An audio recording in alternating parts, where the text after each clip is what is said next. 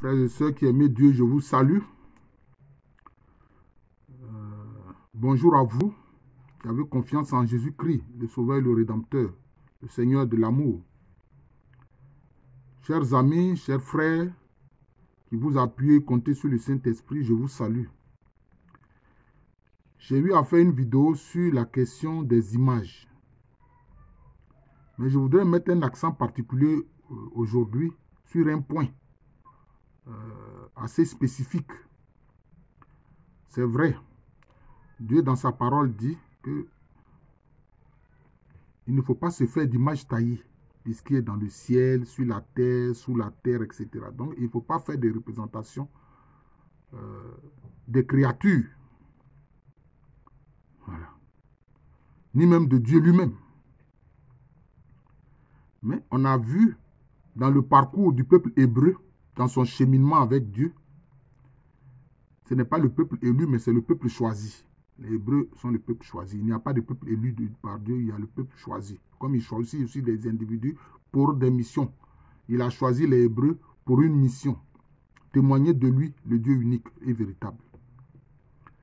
Alors, finalement,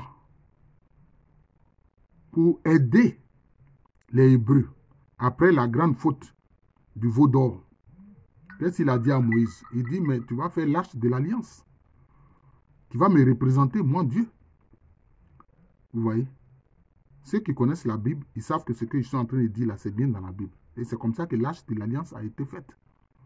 Et après la période où ils étaient encore, où l'arche de l'alliance était sous la tente, l'arche de l'alliance va se retrouver maintenant, comment on appelle ça, dans le temple, dans le Saint des Saints. Vous comprenez? Donc, finalement, Dieu a permis qu'il y ait une représentation de lui à travers l'arche de l'alliance. D'ailleurs, quand ils étaient au désert et qu'il y avait des serpents aux morsures brûlantes qui les piquaient et les tuaient, Dieu a demandé à Moïse, fais-toi une représentation d'un serpent d'airain, donc un serpent en métal, et tu mettras ça en haut sur un bois.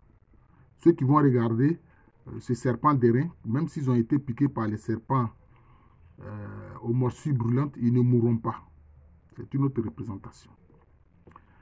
Mais je veux dire que, concernant les représentations, si on veut aller loin, chers frères et sœurs, on n'aura même pas le droit de faire des photos.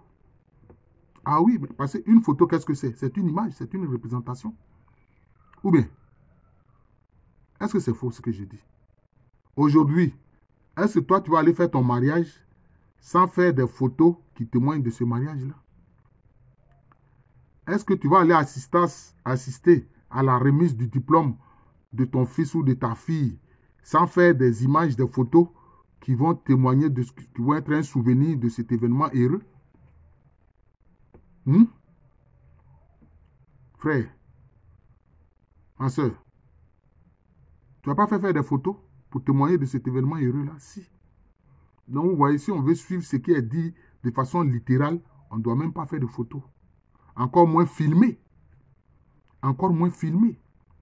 Or, chacun de nous, pratiquement, a un smartphone avec lequel il filme, il fait des photos, etc. Donc, vous êtes en train de vous faire des représentations, des images. Vous comprenez? Donc, c'est cela. Mais ce sur quoi je veux insister, mais en fait, le problème, c'est ce que Dieu voulait dire, c'est-à-dire qu'il ne faut pas faire des images d'entités que tu crois être des divinités. Parce que c'est ça qui gênait. Parce qu'il faut replacer tout ça dans son contexte. Quand les Hébreux se déplacent, ils rencontrent des peuples qui ont des divinités. Des divinités qui sont représentées. Est-ce que vous comprenez? À l'époque, c'était sous forme de statues. Oui. Donc, c'est de ça qu'il s'agit. Donc, il faut représenter tout ça dans le contexte historique, je dirais même historique. Oui. Donc, c'était ça. Oui. Et tu ne te feras pas d'image taillée. Voilà. Parce que les peuples voisins, qui avaient de fausses divinités comme Dagon, comme les Baals, etc., bon, ils les représentaient. Comme les Astartés, etc., ils les représentaient par des statues ou des statuettes. Donc, voilà, c'est un peu ça. C'est ce que Dieu ne voulait pas. Que le peuple hébreu fasse, mais témoigne de lui, le Dieu unique et véritable. Voilà, c'était ça. Mais ce que je veux dire, ce sur quoi je veux insister à travers cette vidéo, c'est que frère, ce que l'on appelle les images de piété, notamment dans le catholicisme ou bien dans les églises orthodoxes, les images de piété, qui représentent soit le Sacré-Cœur de Jésus, le cœur d'amour de Jésus, ou le cœur pur, immaculé, soumis à Dieu de la Vierge Marie, qu'on appelle le cœur immaculé, soit les représentations du crucifix, c'est-à-dire Jésus-Christ sur la croix, avec, mentionné sur l'écriteau INRI, etc. Je vous le dis franchement, c'est mon expérience. Quand ces images-là sont dans une maison, cela gêne les démons. Donc, les images de piété, là, ça gêne les démons. Quand les démons viennent dans une maison où il est représenté des images qui font penser à Dieu, parce que le cœur sacré de Jésus, bon, ça fait penser au Christ. Le cœur immaculé de Marie, bon, ça fait penser à la Vierge Marie qui a été vraiment fidèle au Seigneur, qui a été obéissante, qui a dit oui au Seigneur. Vous voyez? C'est cela. D'ailleurs, elle a pris un risque parce que en étant fiancée avec Joseph et puis être enceinte, c'est comme si on aurait pensé qu'elle a commis l'adultère. Mais ce type de femme-là, que dit la loi de Moïse? Ces femmes-là devaient être lapidées. Or, c'était par l'action du Saint-Esprit qu'elle est tombée enceinte. Vous voyez? Donc, elle a pris un risque. Elle a aimé Dieu vraiment jusqu'au bout. Donc ça, il faut comprendre ça. Elle a pris le risque de se faire lapider. Donc, et puis aussi, bon, dans l'iconographie, c'est-à-dire que la représentation des images saintes, chez les catholiques comme chez les orthodoxes, quelquefois on représente des personnes qu'on appelle des saints, qui ont été donc fidèles aussi au Seigneur. Dans la vie, vraiment, a été une vie tournée totalement, entièrement tournée vers le Seigneur. Alors, quand il y a ces images de piété-là, dans une maison, ça gêne les démons. Les démons ont du mal à s'y manifester et à s'y attarder. Quand ils viennent dans une maison où il y a des images saintes, hein, une croix, le crucifix, etc., ils sont gênés. Parce qu'il ne faut pas... La croix, ça c'est quand le personnage n'est pas dessus. Le crucifix, c'est quand le Jésus crucifié est dessus, sur le bois. Donc c'est ça. Vous voyez. Ça gêne. Ça gêne les démons. Ils ont du mal à rester dans ce type de maison-là. C'est ça les faits, hein, chers frères et sœurs. Ça les gêne.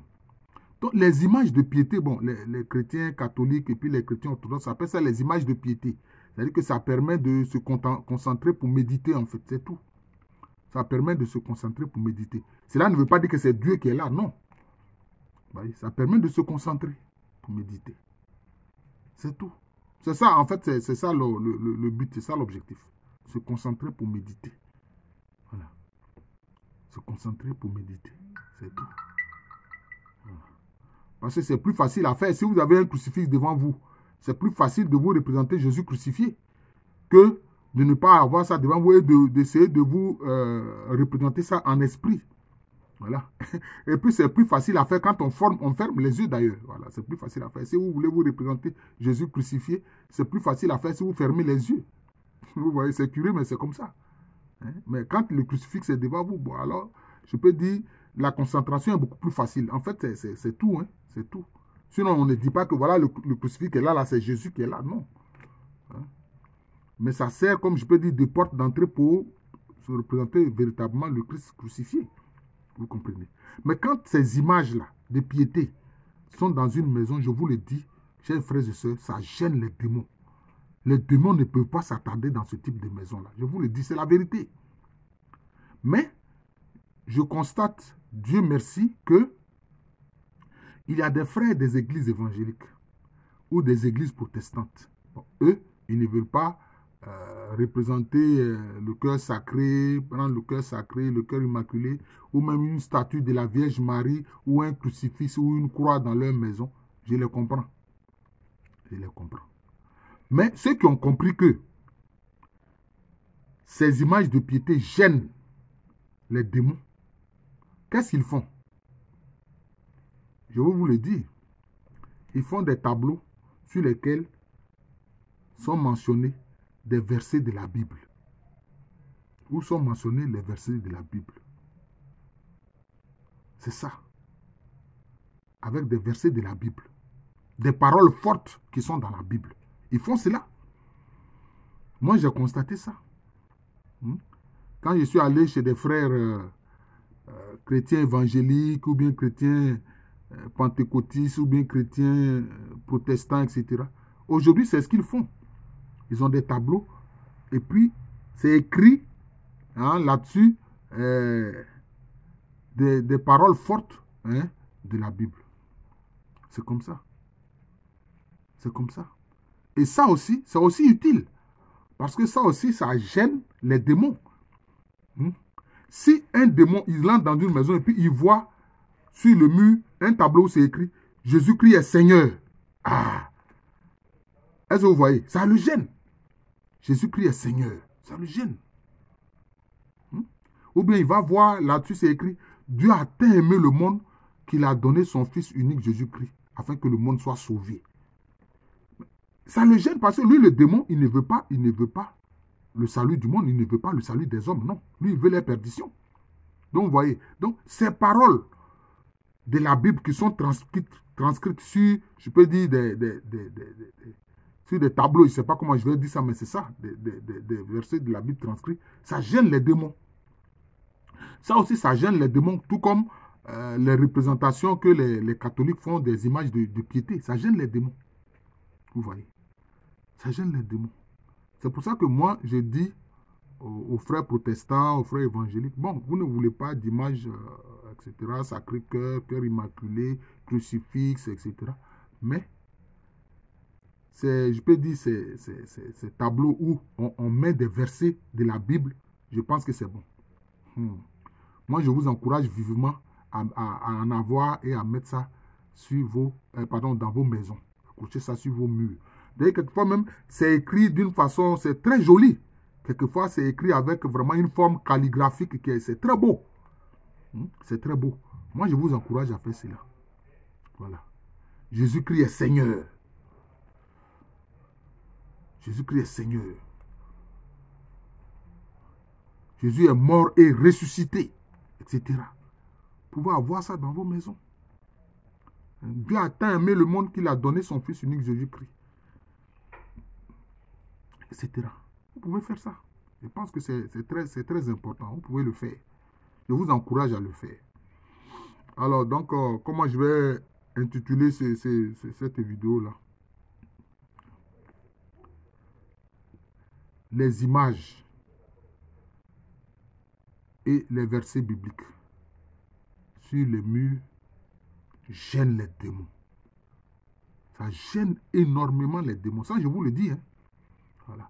Alors, quelquefois, il y a des gens qui sont des chrétiens. C'est vrai. Vous me direz, oui, mais le Saint-Esprit est au-dedans de moi. C'est vrai. Ouais, mais tu peux ne pas être dans la maison.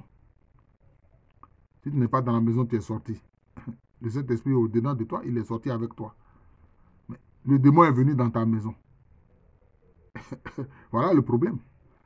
Mais si tu es sorti, le Saint-Esprit est au-dedans de toi, et puis, évidemment, bon, tu peux me dire que oui, bon, tu as confié ta maison au Seigneur, etc. D'accord. Bon, c'est vrai, c'est une bonne chose d'ailleurs de faire cela. Le mieux même, si c'est la maison que toi-même tu as eu à acquérir, tu peux même donner ça au Seigneur. Tu peux dire, Seigneur Jésus, cette maison t'appartient. Non pas simplement consacré au nom du Seigneur, mais Seigneur Jésus, cette maison t'appartient. Voilà, donc c'est comme ça. Cette maison t'appartient, Seigneur Jésus-Christ, c'est ta maison. Moi et ma famille, nous n'en avons que l'usufruit. Nous n'en avons que l'usufruit. Donc, mais c'est aussi bon, je le dis. Donc, chers frères et sœurs évangéliques, protestants, pentecôtistes, etc., je vous encourage, n'est-ce pas? Et puis, au plan de la calligraphie, quelquefois, c'est très beau. C'est très beau, c'est vraiment joli à regarder. Donc, vous pouvez faire ça, mettez ça dans vos maisons. Jésus-Christ est Seigneur, etc. C'est cela. Etc. Gloire au Saint-Esprit, etc. Mais vous pouvez même écrire vous-même des trucs qui glorifient le Seigneur et puis c'est dans votre maison. Voilà. Quand les démons viennent là, ils sont gênés, ils ne peuvent pas rester. Ils ne peuvent pas rester. C'est comme ça, ils ne peuvent pas rester. Voilà. Parce que partout où ils passent, ils voient une parole biblique, une parole du Seigneur, ça les gêne. Je vais vous le dire, quand vous faites ça là, bon, y compris nous les catholiques, nous on le fait, il n'y a pas de problème. Nous on met même des images, etc., bon, qui font penser au Seigneur et à sa parole. Mais Si vous avez des gens qui vous fréquentaient, si au départ vous n'avez pas fait ça, mais vous avez des gens qui vous fréquentaient, qui venaient chez vous à la maison, quelquefois vous saluer, vous causer, vous leur offrir à manger, à boire, etc. Quand vous allez mettre ces écritures qui rappellent les paroles du Seigneur dans votre maison, parce que chaque fois qu'ils vont venir, ils vont voir ça, ils vont lire ça. Parce que qu'ils le veuillent ou pas, c'est une image, ils regardent, donc ils vont lire. S'ils savent lire, bien sûr. Ils seront tellement gênés qu'ils vont venir de moins en moins. À un moment donné, vous allez voir, ils ne vont plus venir chez vous. C'est moi qui vous le dis. Ils ne vont même plus venir chez vous. Parce que ça les gêne. Voilà. Ces paroles du Seigneur, là, quand ils viennent et puis ils voient, là, ça les gêne. Ils ne vont même plus venir chez vous. Quand vous allez dire, mes frères, ou bien ma soeur, mais ça fait longtemps que je t'ai vu, bon, tu ne viens plus chez moi.